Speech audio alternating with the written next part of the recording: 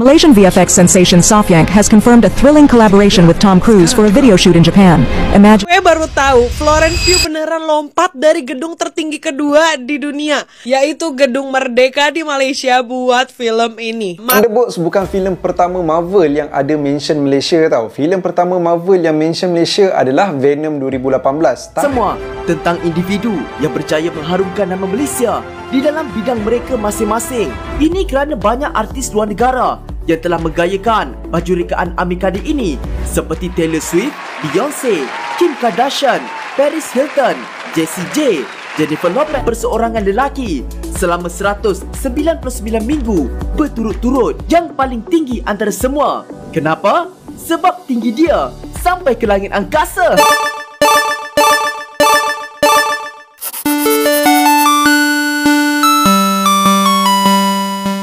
Oh hai, halo, hai semuanya. Apa kabar teman-teman?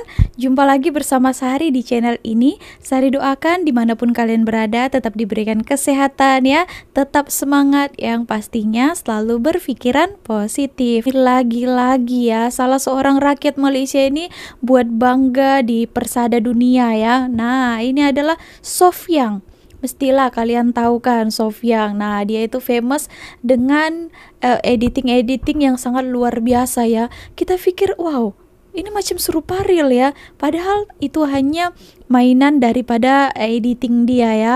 Wow, terbaik. Nah, kali ini dia pun juga katanya, kalian tahu Tom Cruise? Nah, dia ada syuting dengan Tom Cruise di Jepang ya, di Jepun ya teman-teman. Wow, oke. Nah, ini adalah salah satu pencapaiannya. Ada banyak kan orang Malaysia itu yang bermain film di luar negara, macam Datuk Michelle. Nah, banyak lah ya teman-teman. Oke, nah kali ini Sofyank pula. Oke, Tom Cruise. Wow, siapa yang tak kenal dia kan? Nah, artis antara bangsa yang sangat famous. Lucunya ini komentar-komentarnya yang saya bacakan ya. Di sini katanya, jiran Konoha dah klaim belum rakyat si Sofyan nih. Oke, jaga Sofyank woi. Takut Indonesia cakap asal Jawa Timur ya. Oke teman-teman, apa kita tengok dulu ya bagaimana statementnya.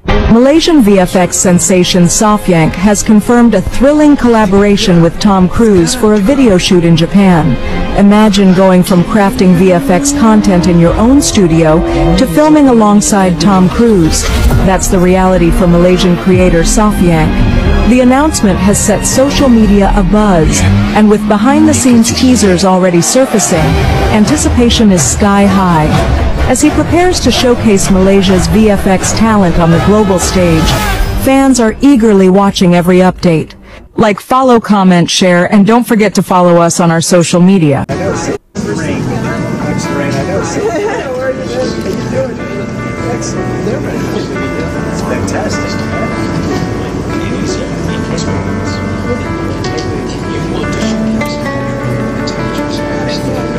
Bangga ya dia.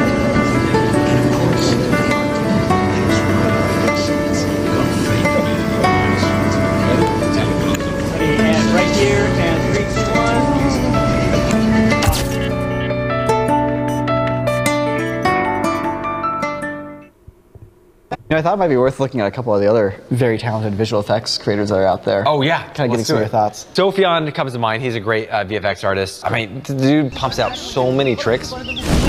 Whoa! Plant it. Whoa. It's a nice 3D animation. Dang!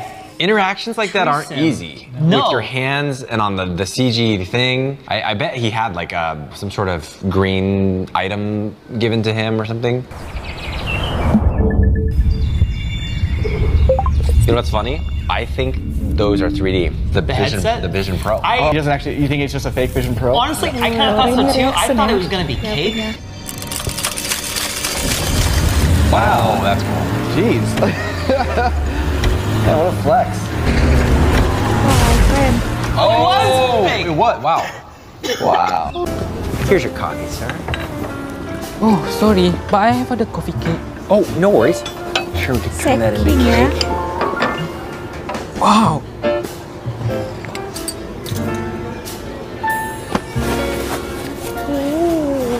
Keren. Oh, boleh makan? Sofyan, pepengaruh media sosial berbakat besar yang terkenal menghasilkan video-video kreatif, sekali lagi mendapat perhatian selebriti antarabangsa. Kali ini, Sofyan didampingi oleh aktor legenda Hollywood Tom Cruise. Syabas, Sofyan.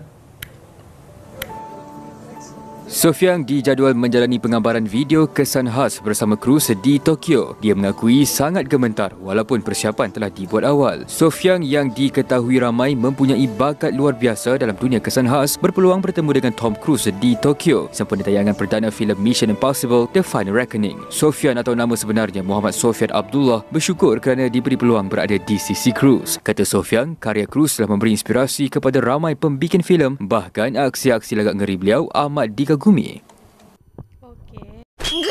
Gitu ya, sampai gemetaran dia. Itu hari Zack King ya. Nah, itu adalah juga hampir serupa kontennya macam dia, itu editing yang sangat luar biasa. Oh, tak menyangka tiba-tiba boleh jadi asli, boleh jadi real kan. Padahal dulu tadi sebelumnya kan bukan macam itu. Itulah ya perasaan saya ketika melihat video-video mereka ini ya, dan dia juga ini Sofyan ini. Nah, tahniah ya. Nah, ini adalah pencapaian yang sangat luar biasa. Nah, mungkin mulai dari sini lagi boleh nanti ada lagi ya dipanggil dan juga boleh collab dengan artis antara bangsa lainnya. Oke teman-teman, nah ini adalah suatu membanggakan Malaysia ya. Itu hari belum lagi ya Thunderbolt, itu hari lagi ada Thunderbolt. Tapi kalau itu mereka yang datang ke sini ya untuk syuting filmnya di Menara 118, Merdeka 118, PNB ya. Nah itu lagi ya teman-teman, ternyata nah ini masih videonya yang saya reaksikan sebelumnya itu masih boom lagi ya. Nah oke teman-teman, nah karena itunya belum habis, masih ada juga yang penasaran ya tentang Thunderbolt itu. Kalian sudah nonton ke teman-teman? Kalau Sehari ya belum lagi, mungkin akan tunggu nanti dekat Netflix lah ya.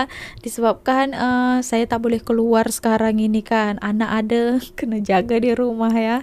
Oke teman-teman, so langsung saja kita tonton beberapa ulasan yang lainnya. Gue baru tahu Florence Pugh beneran lompat dari gedung tertinggi kedua di dunia, yaitu Gedung Merdeka di Malaysia buat film ini. Marvel akhirnya bener-bener ngasih kita minuman dingin pas lagi capek dan puyeng sama multiverse. Seger banget. And this is what I'm talking about. Bukan Asia. And let's talk about Thunderbolts. Walaupun film ini adalah part dari MCU, gue bisa bilang kalau filmnya ini tuh tetap bisa dinikmati sama non-Marvel fans dan gak wajib nonton film-film sebelumnya deh kayaknya, berkat karakter development yang cukup baik di film ini. Jadi singkatnya ini tuh tentang beberapa anti-hero MCU yang tadinya masing-masing nih, tapi terpaksa gabung jadi satu geng baru yang disebut Thunderbolts dan harus bersatu buat menghentikan ancaman besar dan berbahaya. Satu hal yang bikin gue cukup amazed, film ini tuh berhasil menciptakan chemistry yang kuat antar karakternya. Dari beberapa orang yang gak cocok dan totally different one another, jadi bener-bener klop tanpa terkesan maksa. Bahkan mereka sekocak dan semenyentuh itu at the end. Ada part dimana backstory-nya Sentry, terus Alexi Yelena, itu berhasil bikin gue dan temen-temen gue netesin air mata pas nonton. Acting-actingnya solid, apalagi Florence Pugh yang jadi Yelenanya ya.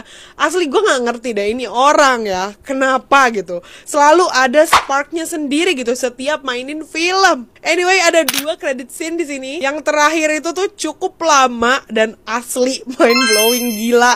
Overall gue suka banget sama filmnya, berhasil banget bikin kita penonton peduli terhadap setiap karakternya dan penasaran what's next nih. Yang udah nonton gimana nih menurut kalian? Let me know what you think. Malaysia dah masuk MCU. Ada tak negara yang tak masuk MCU lagi? Cuba korang komen. Aku tak nak mention negara mana, tapi itulah, Malaysia memang betul-betul mendunia dalam filem Thunderbolts. Daripada mula movie sampai almost ujung tengah-tengah gitu, nama Malaysia dipetik banyak kali. Starting je pun korang dah nampak dah scene dekat Merdeka 118. So bila kau sebagai rakyat Malaysia tonton filem MCU yang ada Malaysia dalam tu, bangga weh.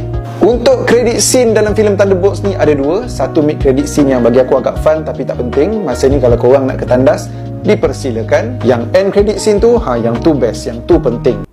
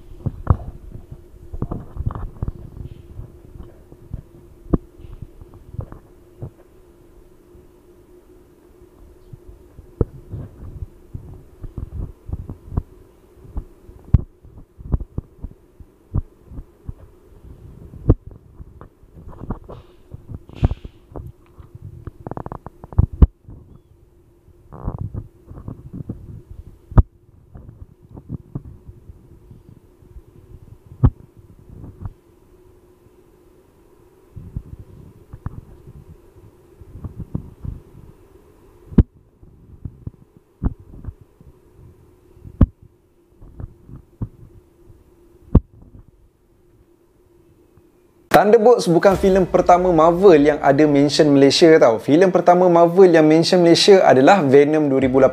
Starting lagi kita dah nampak dah dia tulis East Malaysia. Scene di mana ada spaceship terhempas dekat Sarawak. Sempatlah kita bangga sikit tengok nama Malaysia dekat skrin, lepas tu dengar sikit bahasa Malaysia dekat awal filem Venom tu. Tapi satu benda yang korang kena tahu, walaupun dia kata dekat East Malaysia, sebenarnya scene tu tak di shoot dekat Malaysia pun. Scene tu di shoot dekat Atlanta, Georgia, which is dekat US lah. But still nak tak nak, itu adalah filem pertama Marvel yang ada mention Malaysia. Tapi filem pertama MCU yang mention Malaysia, Thunderbolts. Yang tu lagi shock lah. Nampak Merdekawan 18, nampak Malaysia. Dan ada beberapa kali Malaysia disebut-sebut sepanjang movie Thunderbolts. Dan ada juga kita dengar diorang sebut Kuala Lumpur.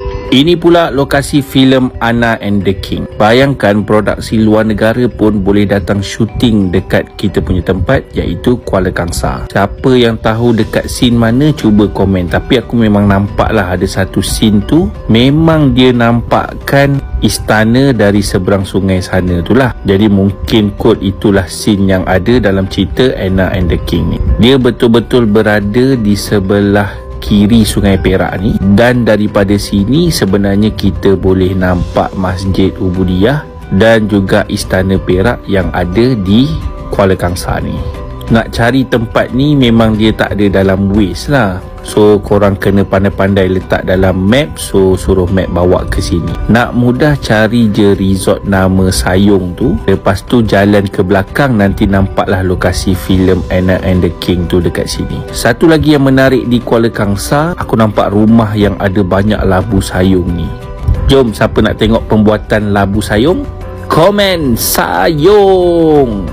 Oke teman-teman, nah itu TPNB 118 itu tertinggi kedua ya di dunia, bukan di Asia ya. Disebabkan ada juga yang cuma tahu orang Indonesia itu hari vlog kan. Dia cakap kedua di Asia. Yang pertama di mana? Ini di dunia ya teman-teman semuanya. Oke, nah tadi berhubungan tentang soft yang tadi itu ya.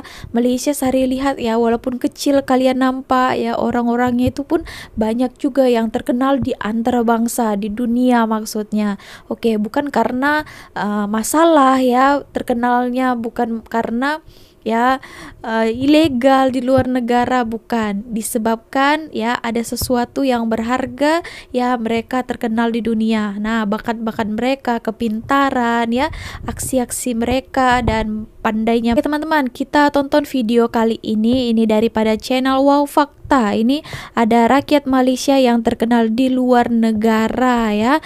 Oke, korang tak perasan katanya ya. Oke, kita tonton dulu bagaimana videonya. So langsung saja, cium. Terima kasih kepada mereka yang berikan cadangan untuk video kali ini. Pada mereka yang lain yang nak berikan cadangan, sangatlah diadu-adukan. Komen saja dekat bawah. Kalau korang perasan, kebanyakan video dalam channel Faktau ini selalunya adalah mengenai fakta tentang Malaysia, dari jenama, rekod dunia, pelakon maupun tempat seram di Malaysia. Ini kerana kita sebagai rakyat di sesebuah negara, tak kira negara mana pun, perlu mempunyai rasa sayang dan bangga dengan negara sendiri kan? Jadi dalam video kali ini, Faktau ingin berkongsi dengan korang semua tentang individu yang berjaya mengharumkan nama Malaysia di dalam bidang mereka masing-masing. Kalau Faktau nak masukkan ke semua rakyat Malaysia yang ramai ya, hebat-hebat, jadi sebagian yang terpilih saja gitu, oke? Macam video membaca perkataan paling panjang di dalam dunia. Okey, jom tinjau 10 rakyat Malaysia yang terkenal di luar negara. Sebelum tu jangan lupa subscribe jangan lupa Faktau teman-teman, nanti dan saya jangan buat lupa linknya di tekan description box. 10 Uncle Roger. Mesti ramai yang tak tahu Uncle Roger ni sebenarnya nephew, it's Uncle Roger. Orang Malaysia kan? Nama sebenar Uncle Roger ini ialah Nigel Eng dan beliau merupakan anak kelahiran Kuala Lumpur. Kalau korang nak tahu, sebelum Nigel Eng mula berkecimpung sebagai pelawak komedi, dia merupakan seorang saintis data di United Kingdom. Beliau mula menjadi perhatian ramai apabila video komedi kritikannya mengenai cara memasak nasi goreng telur oleh Harsha Patel, BBC Food, tular di seluruh dunia. The rice not looking good, you lying to people. So wet. Drain it. Drain. What's she doing? What's she doing? Drain the... Oh my god! Oleh kerana video itu amat terkenal, BBC telah menjemput Harsha Patel dan Nigel Eng untuk ditemu ramah. Di dalam temu ramah itu, Uncle Roger telah mengatakan bahawa video kritikan komedinya adalah sebagai gurauan. Yes, maybe a little bit mean, but again, that's just a character. I don't actually feel that way towards Harsha. Yang disampaikan melalui watak personanya, dan Harsha juga mengatakan bahawa watak Uncle Roger yang dibawa oleh Nigel Eng adalah sesuatu yang menghiburkan. Persona Uncle Roger kemudian menjadi semakin terkenal apabila dia banyak berkolaborasi dengan YouTuber terkenal. Let's see how hot you think the coffee is. Oh, this coffee have COVID.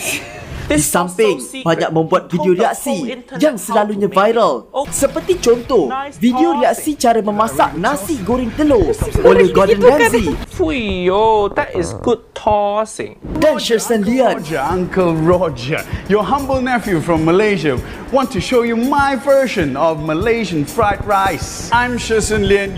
Okay. This guy say he want to show me his fried rice. I like this guy. Menurut Uncle Roger, kedua-dua chef itu telah memasak nasi goreng telur dengan cara yang betul.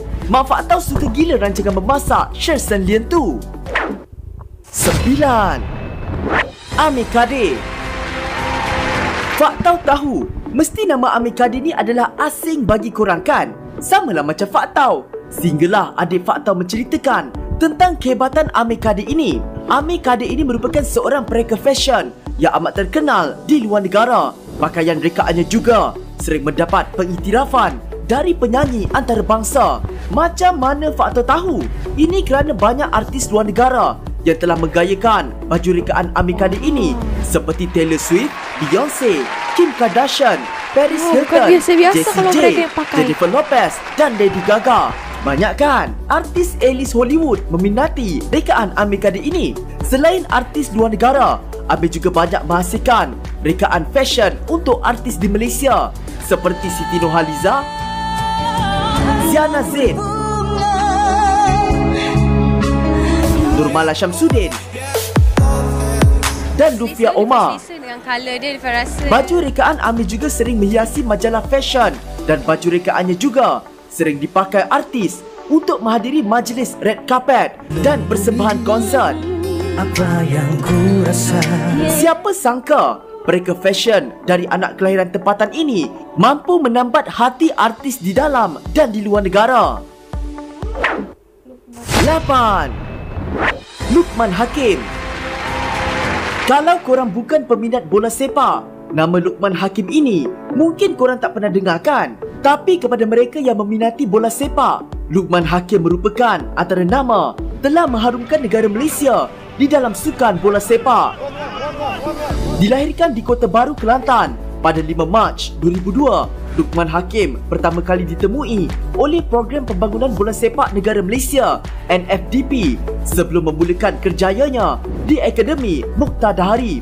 Antara pencapaian Luqman ketika mewakili pasukan negara adalah muncul penjaring terbanyak AFC bawah 16 tahun 2018, naik juara Piala AFF U18 2019 dan membantu pasukan bawah 19 tahun negara melayakkan diri ke pusingan akhir kejohanan AFC bawah 19 tahun 2020 di Uzbekistan. Luqman juga dijemput ke kelab bola sepak Cardiff sebelum menyertai kelab Division 1 Liga Belgium Kevin Kotrick mulai tahun 2020. Dia juga turut diiktiraf sebagai antara 60 pemain muda berbakat dunia oleh majalah luar negara The Guardian dan turut merikutkan jaringan hat-trick terpantas 2 minit 11 saat dalam perlawanan bertemu pasukan Brunei bagi kumpulan G kelayakan AFC bawah 19 tahun di Phnom Penh. Syabas Fak Tau ucapkan kepada peminat Manchester United ini, GGMU. 7. Lee Chong Wei. Siapa yang tak kenal sifu badminton dunia ni kan? Datuk Lee Chong Wei yang lahir pada 21 Oktober 1982 merupakan seorang pemain badminton yang amat terkenal di dunia. Dia dilahirkan di Bagan Serai, Perak. Semasa kecil, Lee Chong Wei amat gemar bermain bola keranjang tetapi dilarang bermain oleh ibunya. Beliau kemudian mula bermain badminton setelah mengikuti ayahnya ke gelanggang badminton. Cuba korang bayangkan kalau ibunya tidak menghalang beliau bermain bola keranjang, mungkin Lee Chong Wei membesar menjadi pemain bola keranjang yang terkenal seperti LeBron James atau Stephen Curry. Pada 12 Disember 2012, Lee Chong Wei telah diiktiraf sebagai pemain badminton terbaik dunia oleh Persekutuan Badminton Dunia, Badminton World Federation (BWF). Beliau juga berjaya menduduki ranking teratas pemain badminton perseorangan lelaki selama 199 minggu berturut-turut, iaitu pada 21 Ogos 2008 hingga 14 Jun 2012. Beliau juga ialah pemain badminton Malaysia ketiga yang mencapai ranking teratas selepas Rashid Siddiq dan Roslin Hashim. Hebat kan? 6. Syed Muzaffar. Bagi Faktau, dalam banyak-banyak pencapaian individu dalam video kali ini, pencapaian Syed Muzaffar atau nama sebenarnya Datuk Syekh Muzaffar Syukur Al-Masri bin Syekh Mustafa yang paling tinggi antara semua. Kenapa? Sebab tinggi dia sampai ke langit angkasa. Beliau lahir pada 27 Julai 1972 di Kuala Lumpur dan merupakan doktor bedah ortopedik Malaysia dan angkasawan Malaysia yang pertama ke angkasa lepas. Pada 10 Oktober 2007, Syed Muzaffar telah mengukir lembaran baru di dalam sejarah Malaysia apabila beliau telah berlepas ke angkasa dengan menaiki roket Soyuz TMA-11 yang dilancarkan oleh Stesen Angkasa Antarabangsa ISS. Beliau menyertai program ini di bawah perjanjian bersama Rusia menerusi program angkasawan dan telah kembali ke bumi bersama ahli-ahli ekspedisi 15 Fyodor Yurchikhin dan Oleg Kotov selepas 9 hari berada di stesen berkenaan. Misi selama 11 hari ini telah berjaya dijalankan dari 10 Oktober 2007 jam 9.21 malam waktu Malaysia dan selamat kembali ke bumi pada 21 Oktober 2007 pada jam 6.44 petang waktu Malaysia. Beliau merupakan orang Islam pertama yang menjalani ibadah berpuasa dan meraihkan Hari Raya Aidilfitri di angkasa lepas. Allahu Akbar, Allahu Akbar. 5. Jimmy Choo. Nama Datuk Jimmy Choo bukanlah nama baru di negara kita. Malah namanya cukup membuatkan kebanyakan lelaki merasa gerun dan takut. Lebih-lebih lagi apabila hari ulang tahun dan hari jadi isteri mereka menjelang tiba. Jadi siapa sebenarnya Jimmy Choo ini? Beliau sebenarnya merupakan seorang pereka kasut terkemuka dengan jenama Jimmy Choo yang mendapat sambutan hangat di luar negara. Pelbagai jenis kasut telah direka olehnya, khususnya untuk semua peringkat, termasuklah para selebriti antarabangsa. Jenama Jimmy Choo ini dikaitkan dengan gaya, kemewahan dan ketulinan serta menjadi kegilaan artis dan selebriti di serata dunia, termasuklah para isteri-isteri. Dilahirkan di Pulau Pinang, nama sebenar Datuk Jimmy Choo adalah Jimmy Chow. Namun semasa proses pendaftaran sijil kelahiran beliau, namanya telah tersalah ejaan oleh pendaftar dan menjadi Jimmy Choo.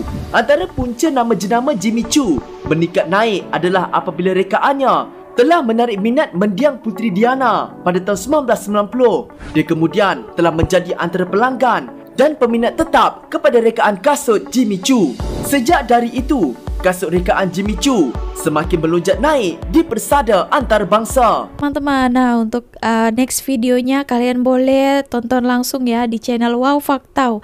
Nanti Sari buat linknya di description box. Oke, nah segitu saja lah ya. Oke, nah kenapa saya terharu ya? Saya pun mau nangis juga disebabkan saya pun menginginkan nanti anak saya pun nanti boleh berjaya seperti mereka ini kan. Boleh membanggakan negaranya juga kalau saya ya sudah macam ini saja kan. Tapi saya pun menginginkan anak saya pun juga nanti boleh berjaya seperti mereka ini. Itu yang membuat saya Wah, mereka hebat ya. Apakah nanti anak saya boleh macam itu? Semoga saja ya. Nanti ibunya adalah Sari Ting Ting. Oke. Oke. Nah, terbaik lah ya. Walaupun Malaysia ini kata orang negara yang kecil, tak ada apa-apanya katanya. Tengok orang-orangnya pun sangat terkenal juga di luar negara. Bukan karena kelakuan buruknya ya kan terkenalnya, tapi karena prestasi mereka. Wow, terbaik. Oke teman-teman, so segitu aja video kali ini. Terima kasih telah menonton. See you on my next video. Kalau kalian ada mungkin nama-nama artis yang lainnya ataupun yang terkenal lagi di luar negara, kalian boleh komen ya. Oke, so terima kasih telah menonton. See you on my next video. Bye.